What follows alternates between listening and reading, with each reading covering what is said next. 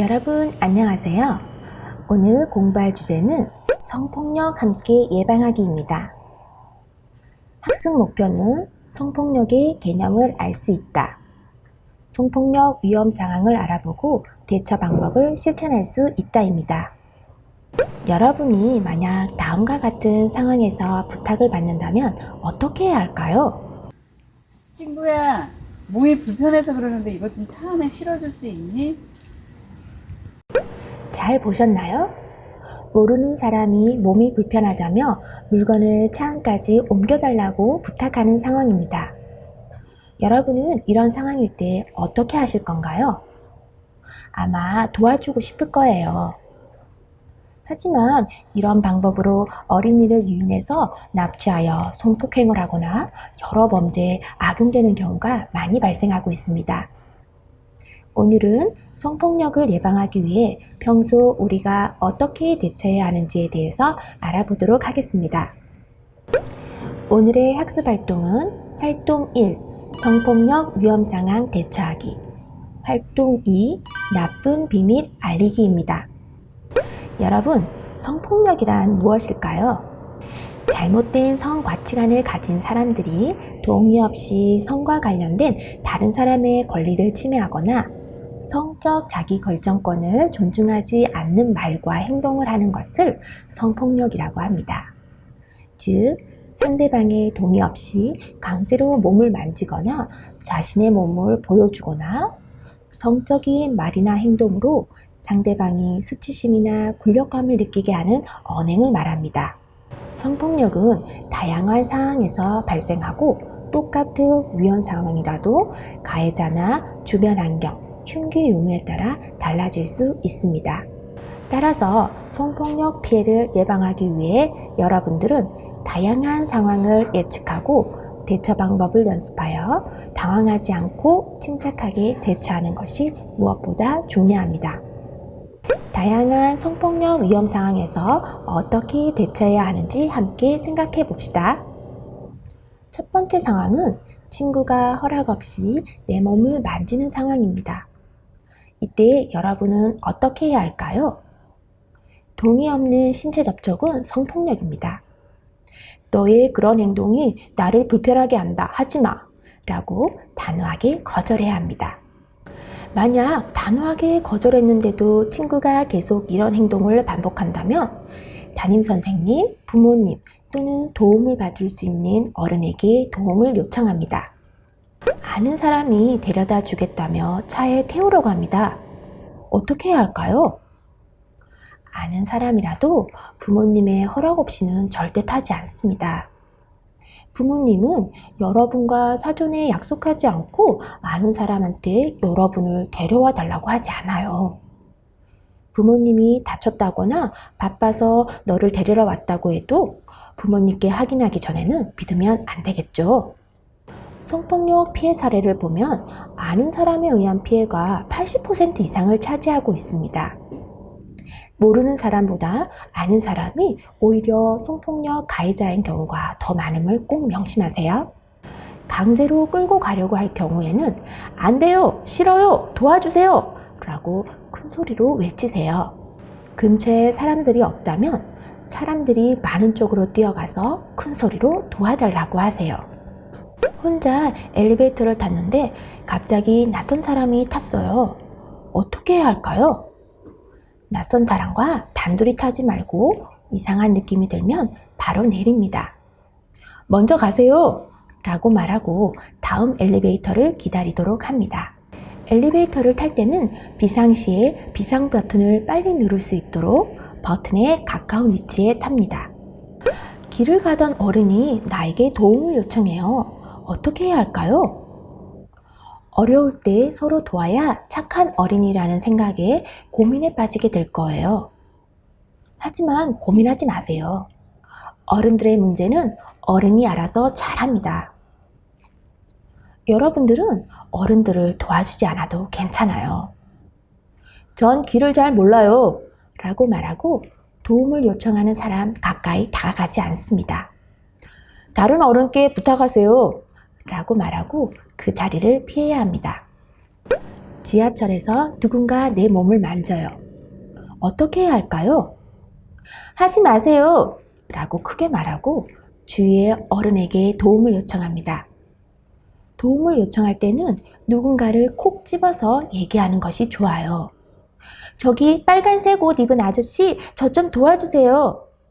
이런 식으로 말이에요. 그렇지 않으면 누군가 도와주겠지. 괜히 도와줬다가 골치만 아픈 거 아니야? 하고 서로 눈치만 보고 도와주지 않을 수도 있어요. 내 친구를 누군가 끌고 가려고 해요. 어떻게 해야 할까요? 안 돼요! 싫어요! 도와주세요! 라고 큰 소리로 외쳐서 도움을 요청하세요. 만약 친구가 끌려갔다면 얼른 주변 어른에게 알리고 경찰에 신고해야 합니다. 납치가 되기 전 끌고 가는 상황에서는 강하게 저항하는 행동과 소리가 그 범죄 상황에서 빠져나온 데 도움이 됩니다. 바닥에 누운 상태에서 저항하는 경우 쉽게 어린이를 들기 힘들고 소리를 지르면 범인이 주위의 시선을 의식할 수밖에 없기 때문입니다. 하지만 이미 끌려가 갇힌 경우는 오히려 이런 행동이 여러분을 위험하게 할 수 있어요. 범인을 자극하는 행동, 울거나 따지거나 대드는 일을 하지 않고 말을 잘 듣는 것처럼 행동하여 범인을 자극하지 않도록 하세요. 혼자서 무리하게 탈출을 시도하지 않도록 하세요. 간식이나 밥을 잘 챙겨 먹고 건강을 잃지 않도록 합니다. 반드시 부모님과 경찰이 구해줄 것이라는 믿음을 갖고 침착하게 대처하도록 합니다. 그루밍 성폭력이란 말을 들어본 적이 있나요? 그루밍이란 다듬다, 길들이다 라는 뜻입니다. 그루밍 성폭력이란 가해자가 사전에 피해자와 신뢰관계를 형성해 성적 학대가 쉽게 이루어지도록 만들고 학대가 시작된 뒤에는 이를 은폐하기 위해 하는 모든 행위를 말합니다. 아래 내용은 그루밍 가정의 예시입니다. 이런 상황이 나에게 발생하면 어떻게 해야 할지 생각해 봅시다. 내용을 한번 살펴볼까요? 등굣길에 만난 아저씨가 반갑게 인사를 하고 있네요. 그러던 어느 날 아저씨가 아이스크림도 사줬어요. 우리 친구는 아저씨가 매우 친절하고 좋은 아저씨라고 생각하고 있네요. 어느 날 아저씨가 강아지를 데려왔어요. 집에 강아지가 더 있다고 놀러 오라고 하네요. 며칠 뒤 아저씨가 강아지 3마리를 데리고 왔어요. 친구가 강아지랑 행복한 시간을 보내고 있네요. 근데 아저씨가 친구에게 강아지 목욕을 도와달라고 하여 친구는 아저씨네 집에 가게 되었네요. 아저씨는 강아지 목욕을 도와준 친구에게 고맙다고 하며 머리를 쓰다듬어 주네요. 그런데 아저씨가 한번 안아봐도 될까? 네가 좋아서 그래 라며 강제로 친구를 안았어요. 아저씨는 네가 좋아서 만지는 거야 라고 합니다. 그리고 오늘 일은 너와 나의 비밀이라며 아무에게도 말하면 안 된다고 합니다.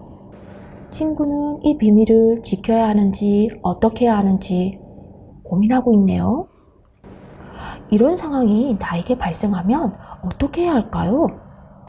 여러분은 아직 위험한 상황과 안전한 상황, 옳고 그름을 정확히 판단할 수 없기 때문에 부모님이나 나에게 도움을 줄 수 있는 어른에게 반드시 말해야 합니다.